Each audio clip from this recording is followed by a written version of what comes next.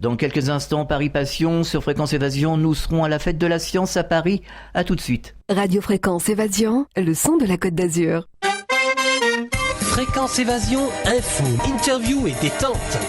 Fréquence Évasion vous donne la possibilité de dialoguer sur l'un des 3 forums. Paranormal, région et musique.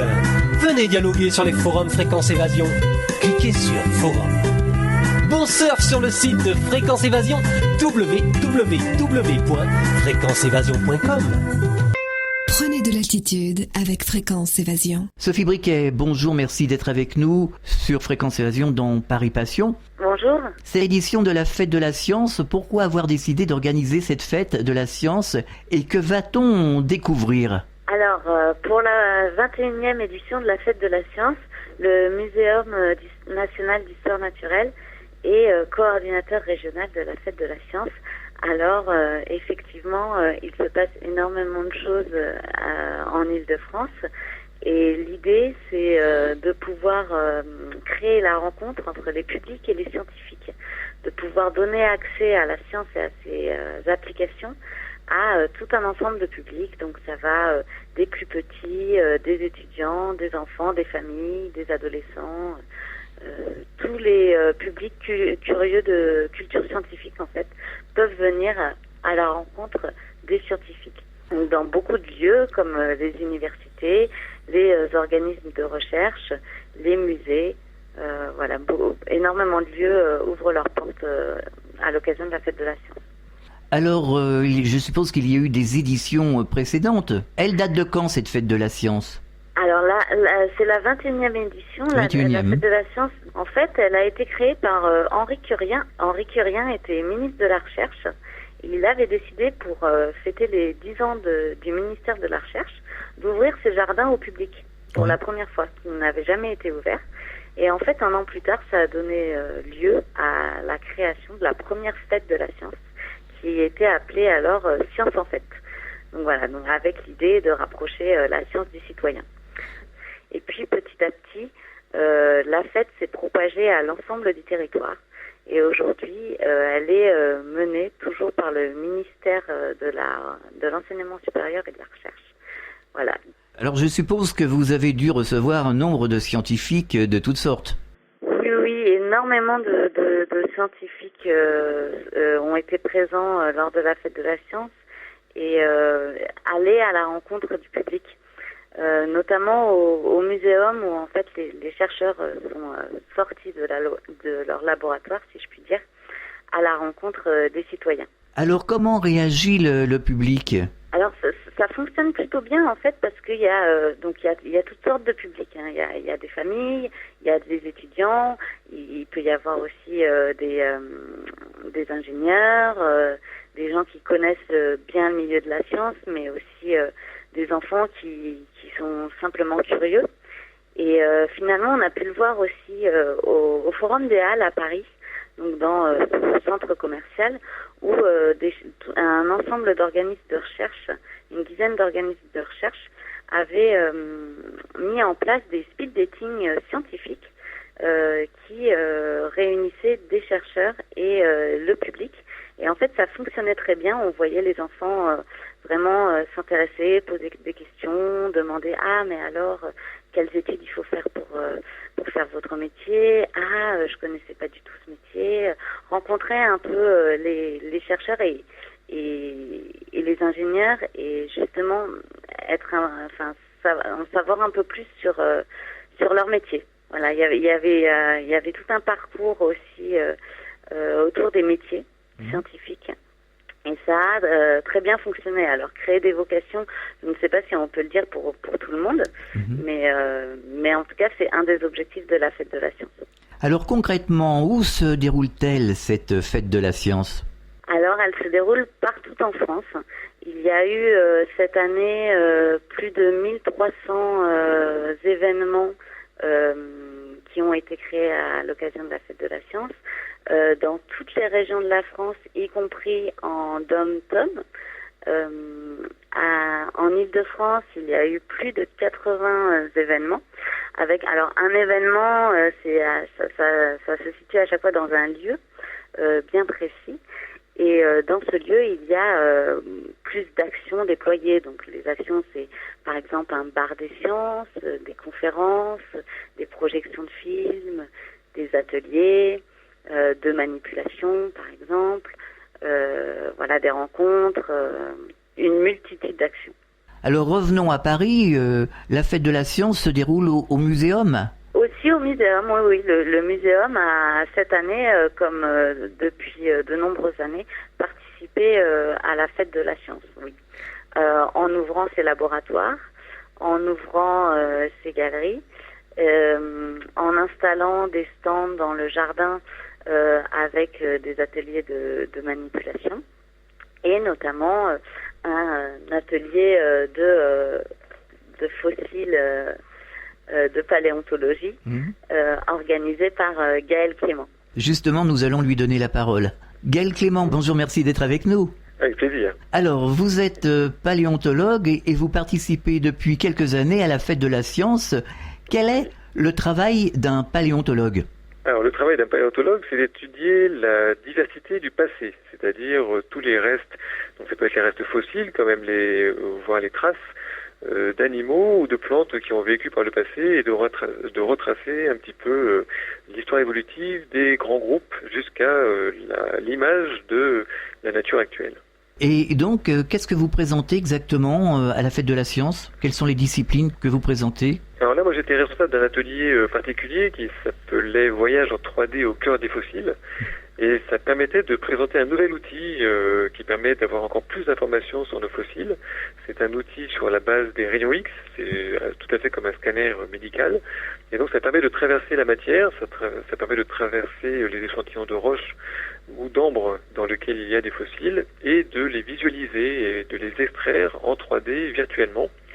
Et donc ça permet donc d'avoir le maximum d'informations sur un fossile. Quand par exemple on trouve un crâne de dinosaure complet, on enlève d'abord la roche qui est autour, donc avec des petits outils, mais toutes les informations qui sont à l'intérieur de ce crâne de dinosaure, comme la cavité endocrânienne dans laquelle était positionné le cerveau, ou alors la racine des dents, tout ça n'est pas visible de l'extérieur, ou alors ça veut dire qu'il faudrait casser l'objet. Dans ce cas-là, c'est bien sûr impossible, les objets fossiles sont très précieux, et donc avec ces rayons X, on peut traverser la matière et visualiser toutes les structures internes sans avoir abîmé l'objet. Donc c'est ça qu'on présentait avec des exemples de l'archéologie, donc avec des crânes de momies égyptiennes, des insectes par exemple de 120 millions d'années conservés dans de la résine fossile et qu'on arrive à extraire virtuellement et à zoomer, à tourner sur ordinateur ou sur grand écran. Et puis donc différents organismes fossiles comme des mammifères fossiles, des dinosaures. Comment on arrive à faire une datation ? Comment on arrive à faire une datation ? Ça, c'est une question qui est très très compliquée. En fait, il y a deux types de datation au niveau des fossiles. Il y a la datation relative, c'est-à-dire que les sédiments se sont déposés les uns après les autres au cours de la chronologie temporelle. Et ça veut donc dire qu'une couche de sédiments qui est située au-dessus d'une autre, ça veut dire que celle-ci est plus récente que celle qui est dessous. À partir de là, en faisant des corrélations stratigraphiques et en datant de façon précise, c'est-à-dire avec la datation absolue, avec des isotopes radioactifs, certaines de ces couches, on arrive à retracer comme ça, de façon relativement précise, bon, c'est à quelques centaines de milliers d'années près, mais quand on est dans des ordres de grandeur de plusieurs dizaines, voire centaines de millions d'années, là, ça ne joue plus beaucoup. On arrive comme ça à dater assez précisément donc les différentes couches que l'on peut rencontrer sur la Terre. Est-ce que vous travaillez en coordination avec d'autres scientifiques qui pratiquent d'autres disciplines ? Oui, tout à fait. Aujourd'hui, les disciplines scientifiques sont obligées, et c'est une très grande opportunité, de travailler en ce qu'on appelle la pluridisciplinarité. C'est-à-dire qu'aujourd'hui, on ne peut pas être simplement spécialiste de son groupe animal précisément, de son époque géologique précise. Il faut forcément, pour répondre à des questions beaucoup plus larges, beaucoup plus importantes, comme l'évolution du climat au cours des temps ou l'évolution de certains groupes animaux ou végétaux au cours du temps, de travailler avec des spécialistes d'autres disciplines scientifiques.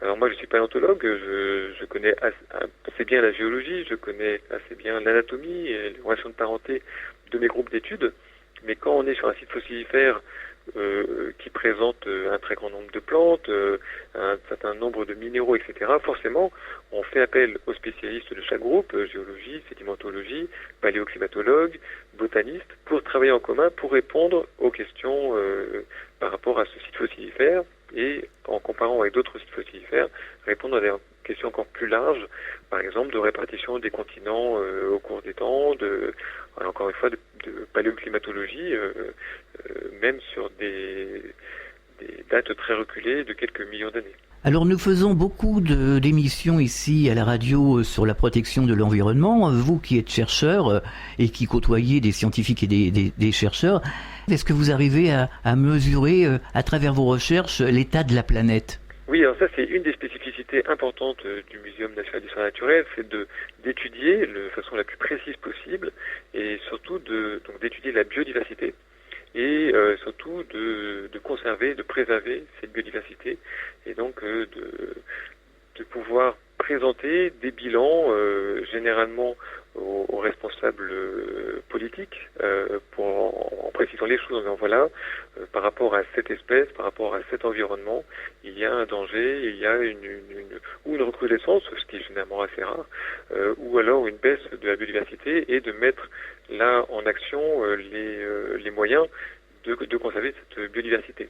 Alors là, il y a différentes techniques, il y a des groupes de recherche qui sont experts au sein du muséum, par exemple au suivi des migrations des oiseaux, la nidification des oiseaux ou alors la répartition de certains insectes, également pour les plantes dans tous les pays du monde, même les pays tropicaux, pour évaluer donc bien sûr preuves scientifiques à l'appui, une évolution dans un sens ou dans l'autre de la biodiversité.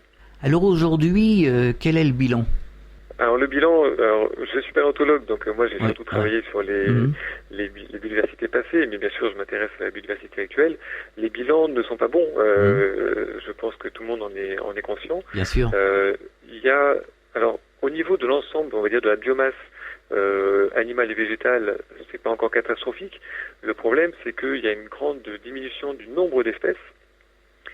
Et à l'inverse, il y a certaines espèces qui s'adaptent un petit peu, qui sont plus résistantes que les autres et qui s'adaptent à plus d'environnement, qui elles, au contraire, prolifèrent. Ce qui met une biomasse, on va dire, si on devait peser quelque part l'ensemble des plantes et des animaux qui est relativement stable, mais quand on regarde dans le détail, encore une fois, le nombre d'espèces décroît vraiment de façon très très importante. Et en tant que paléontologue, je peux vous dire que c'est pas une chute simplement naturelle. On parle souvent de la 6e extinction possible dans les années à venir, surtout liée à l'impact anthropique, donc aux activités humaines. Et ça, malheureusement, c'est une réalité, avec tous les dangers qu'une prise en compte, une prise de conscience, en tout cas, par rapport à ça, doit être prise très rapidement, parce que même si on arrête de dégrader l'environnement d'une façon ou d'une autre, le but n'est pas d'accuser quelqu'un en particulier ou quelques groupes en particulier, mais les dégâts sont déjà quand même bien avancés et il faudra du temps, c'est une sorte de latence comme ça, de temps tampon qu'il va falloir suivre et qu'il va falloir assimiler et qu'il va falloir analyser malgré des décisions optimistes qui pourraient être prises par les gouvernements. Est-ce que c'est réversible vraiment aujourd'hui ? Est-ce qu'on peut dire que on peut faire machine arrière ? On peut faire machine arrière, bien sûr qu'on peut faire machine arrière. Et encore une fois, je ne veux pas du tout être alarmiste. On peut faire machine arrière en prenant effectivement les bonnes décisions par rapport il y a énormément de domaines. Il y a la surexploitation de la pêche, il y a bien sûr la surexploitation des sources végétales, la déforestation. Il y a également tout ce qui est pollution atmosphérique par les grandes industries. Encore une fois, je me répète, si on arrête et si on arrive à mettre en place les activités et les bonnes décisions à ce niveau-là, ça n'empêchera pas que pendant encore de nombreuses années, on ait une dégradation de notre environnement. Le problème, c'est que c'est pas immédiatement visible, on n'a pas un nuage noir au-dessus de la tête continuellement, et donc pour le grand public, et encore une fois pour les politiques, ça semble virtuel, ça semble pas forcément évident. Malheureusement, ça risque de le devenir, et les décisions doivent être prises vraiment très très vite. Après, réversible, oui. La nature est quand même très très forte, on le sait. Les spéciations, donc l'apparition de nouvelles espèces se fait aussi régulièrement. Mais il faut que les conditions et les bonnes conditions soient là, et ça, c'est à la charge d'une de ces espèces présentes sur la Terre, c'est-à-dire l'homme, quoi. On marque une pause, on revient dans quelques instants. De Menton à Toulouse, Radio Fréquence Évasion, le soleil du Grand Sud. Venez découvrir la cuisine et les recettes du Grand Sud. De la Corse à la Provence, du Languedoc au pays toulousain, toutes les recettes du terroir vous sont proposées sur le site de Fréquence Évasion. Cliquez sur Programme et Cuisine. Bon appétit avec Fréquence Évasion. www.fréquenceévasion.com. Votre soirée télé sur les 6 chaînes et la TNT. Qu'allez-vous regarder ce soir? Pour en savoir plus, cliquez sur Programme TV.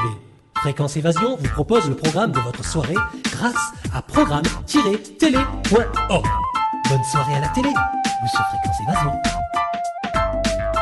Partout dans le Grand Sud, Fréquence Évasion. Nous sommes de retour sur Fréquence Évasion. Gaël Clément, est-ce que le nucléaire a un impact justement sur la biodiversité? Oh, c'est une question difficile, politiquement difficile en tout cas. Oui.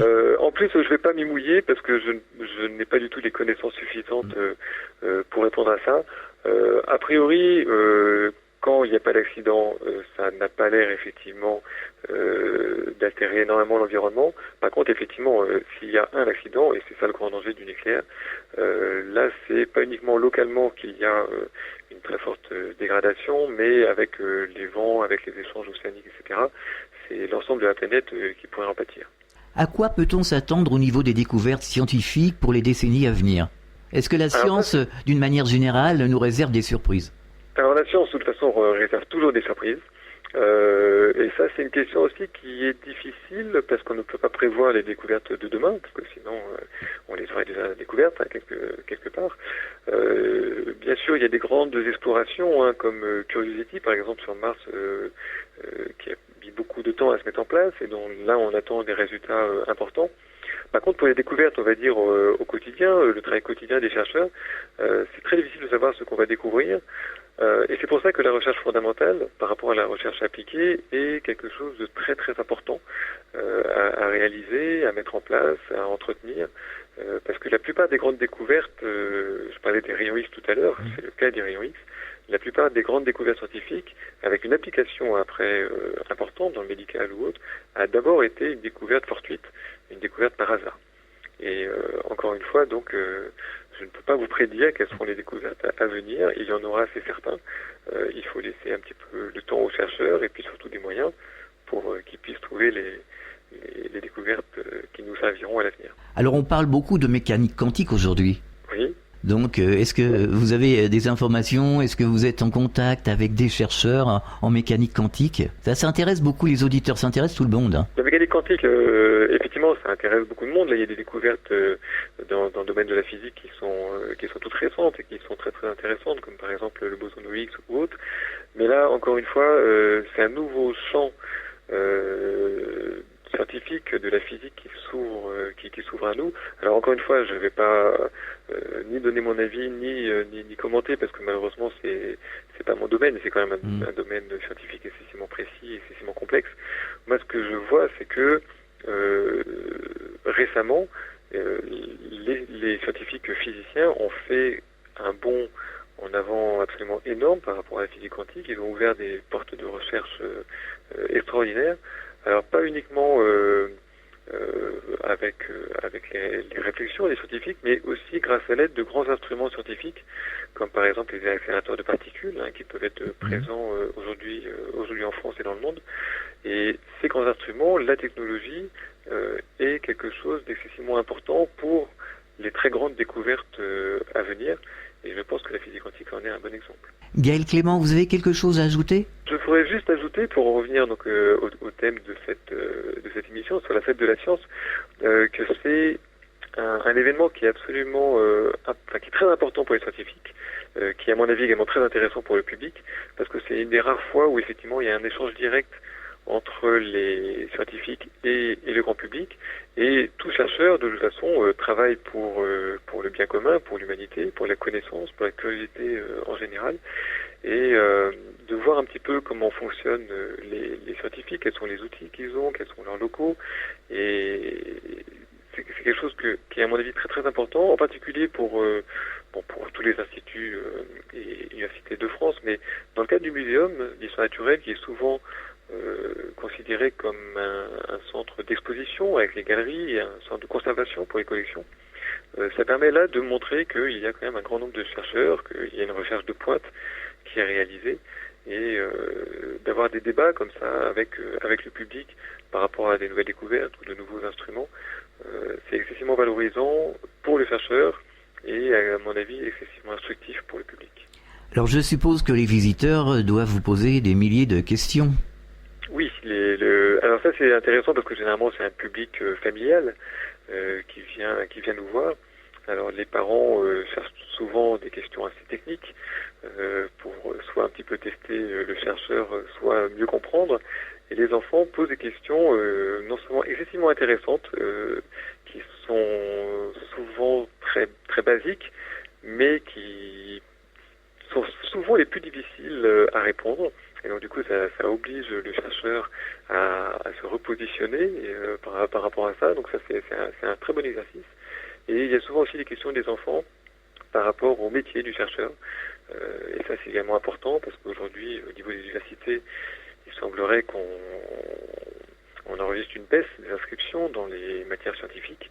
Et le fait que les enfants demandent quel type d'études avez-vous effectué pour être paléontologue ou pour être physicien ou pour être spécialiste de la biologie végétale, ça montre l'intérêt et je pense que les scientifiques présents au cours des fêtes de la science sont forcément excessivement passionnés, comme tout chercheur, par son métier, et donc arrivent vraiment à faire passer un message très fort auprès du public, en particulier auprès du jeune public, en espérant qu'effectivement l'idée c'est que ça crée des vocations.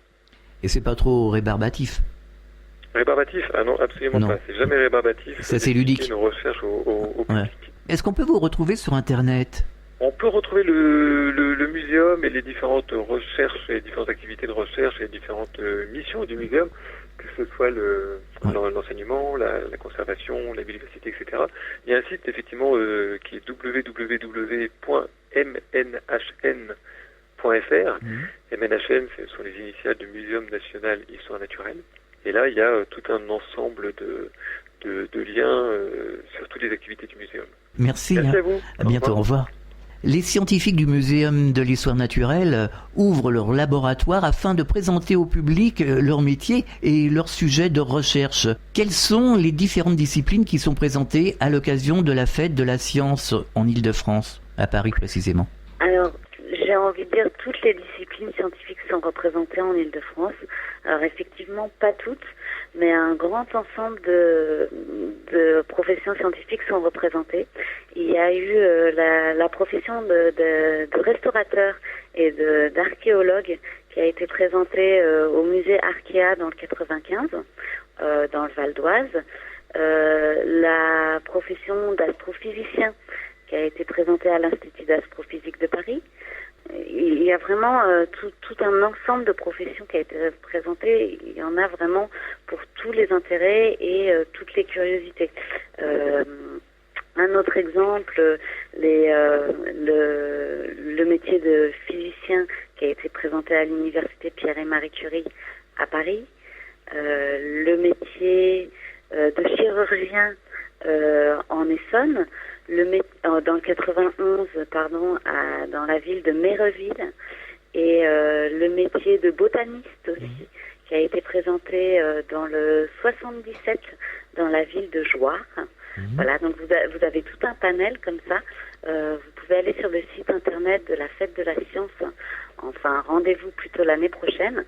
Mais en tout cas, sur le site de la Fête de la Science 2012, vous verrez tout un ensemble de professions qui sont présentées.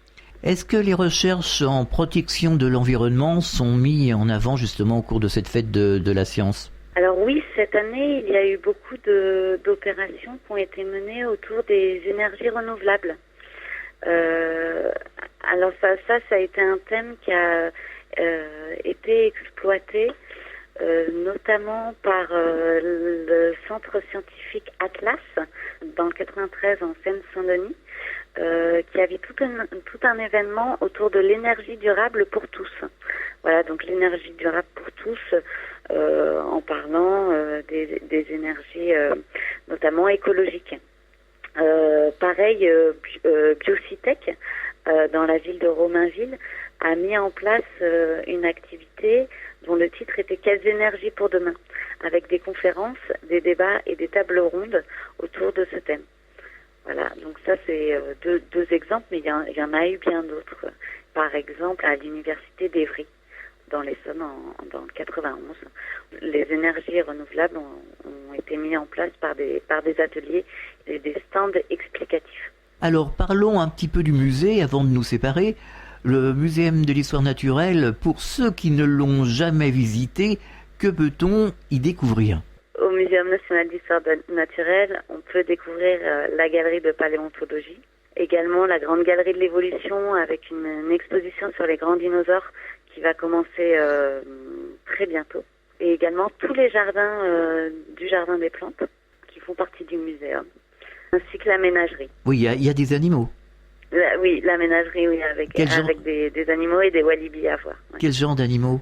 Il y a des tigres, il y a des walibis, il y a des oiseaux, des singes, il y a même des crocodiles. Des crocodiles. Et à découvrir également les grandes serres du Jardin des Plantes, qui ont été refaites très récemment et qui sont vraiment très très belles. Alors pour ceux qui ne connaissent pas, ça se trouve où ? Alors ça se trouve à Paris dans le 5e. Il y a une entrée rue Buffon ou une entrée rue Cuvier, oui. Métro Jussieu ou métro Gare d'Austerlitz. D'accord, c'est la gare d'Austerlitz finalement. Voilà, tout à fait. Donc vous avez un site internet au muséum ? Oui, c'est www.mnhm.fr. D'accord. Et que peut-on trouver sur ce site ? Alors sur ce site, on retrouve tout le programme du Muséum national d'histoire naturelle. Il y a notamment aussi le programme des conférences aussi, des conférences ou d'autres événements ponctuels, comme la fête de la nature, par exemple. Sophie Briquet, est-ce que vous avez un message adressé aux auditeurs ? Si vous ne connaissez pas le Muséum national d'histoire naturelle, je vous invite à découvrir tout ce qu'il peut offrir.